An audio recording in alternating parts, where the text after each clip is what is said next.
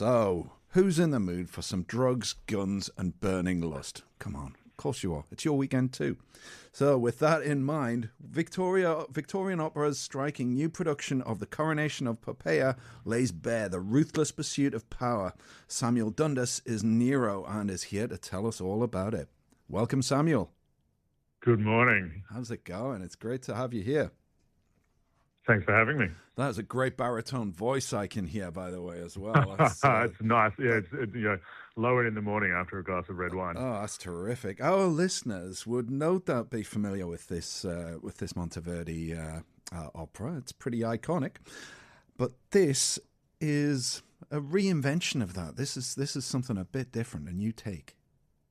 It is, yeah, and Elena Katz-Chernin has I think in 2012 reorchestrated, recomposed quite a few parts of it for Barry Kosky at the Kolmischer, and that debuted in 2017 in quite a radical Barry-esque production, and so yeah, we're following on from that. I'm sure, as you said, guns, violence, and lust was exactly what Monteverdi had in mind. Absolutely. Of course he did. Because this was actually quite radical even for its day, way back in, the 17th century? Because 1642 I've got. Yeah, it was. You've got it right there. Well done. I'm glad one of us has done our homework. Because this was taken from historical reference as opposed to classical or mythological. And that was different in and of itself, wasn't it? Yeah, it was. And you guys have now reinvented it again, and it's a nightclub. It's sexy. It's violent. Tell us all about that. Yeah, I mean, it's so interesting because obviously, Nero was one of the great bad guys of Roman history, and I think he's right up there. We're living in a political age now where we're seeing those things come through again, and we have time and time again, even in modern history. And so I think a lot of those same themes of abuse of power and lust for power and the corruption that can happen, we're living out again right now. And so, this production, Sam Strong and Anna Accordingly, who devised the production, really were wanting to look for a modern setting that sort of you could place that same level of hedonism that was so representative of classic Rome in a modern setting.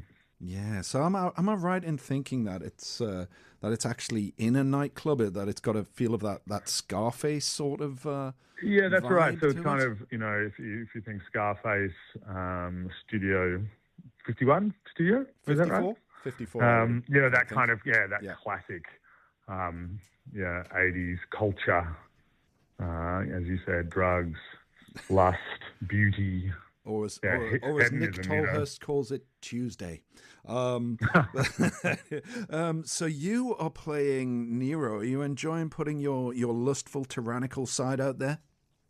Look, it probably lies dormant in us all, and I hope it lies dormant in me until I walk through the rehearsal doors.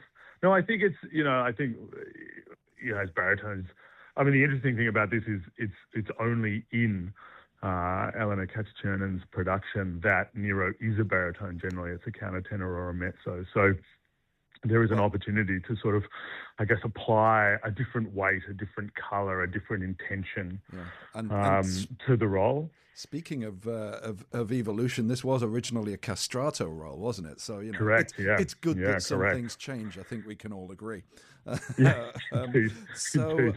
Was there any particular? You mentioned your director Sam Strong, very acclaimed director, was looking for a reinterpretation. Did he offer you any particular sort of insight or inspiration?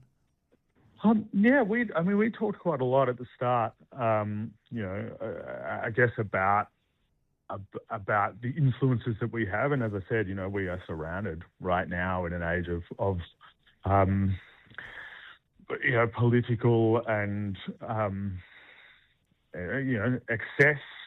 And, we're seeing the manipulation of power all around us. And so, it's very easy to reference, the age that we're in right now. I think, I did some I certainly did some digging into, Nero as a man. And in fact, we had the great pleasure of doing a film, a production shoot or a promotion shoot in the Roman exhibition at the Melbourne Museum right now, which was quite surreal. That's perfect. Getting to sort of stare at myself. The 2,000-year-old Roman statue was very cool. Spot the difference. But, who he was as a person, we've seen that play out again and again through history. So the touch points are kind of everywhere. Micho Moreira is Poppea. Have you guys worked together before? Or is this the first time? We haven't, no, but it's fantastic. been a great pleasure so far. Yeah. And just in terms of what I'm fascinated by is the opportunity for character development that an actor or a singer like yourself gets to do on a show like this, because obviously there's a lot of the text that is set, but how much freedom do you have in terms of your interpretation? Do you chat with the director, or is it more of something where you're given the... It's a really interesting combination in the sense that I think I will always play. It was a discussion we had yesterday with the conductor, Chad Slater. I will always look for the reality in the situation, both vocally in the use of the text and then dramatically. But then once you've found that direction and once you can settle that into the body and into the voice, then you can begin to come back and really represent the music in a more... not stylistic, but, Chad Kelly, has written some really terrific recits.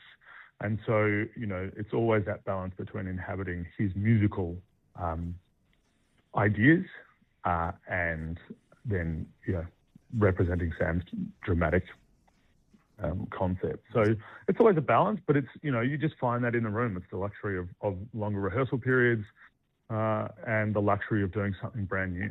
Fantastic. Well, it sounds like a very exciting show, and we can't wait to see how it goes for you. Thank you so much for your time, Samuel. No worries. See you there. Take care. I have been speaking with baritone Samuel Dundas about the Victorian Opera's striking new production of The Coronation of Poppea on the 30th of June to the 4th of July at the Palais Theatre. For more information and to book, go to victorianopera.com.au.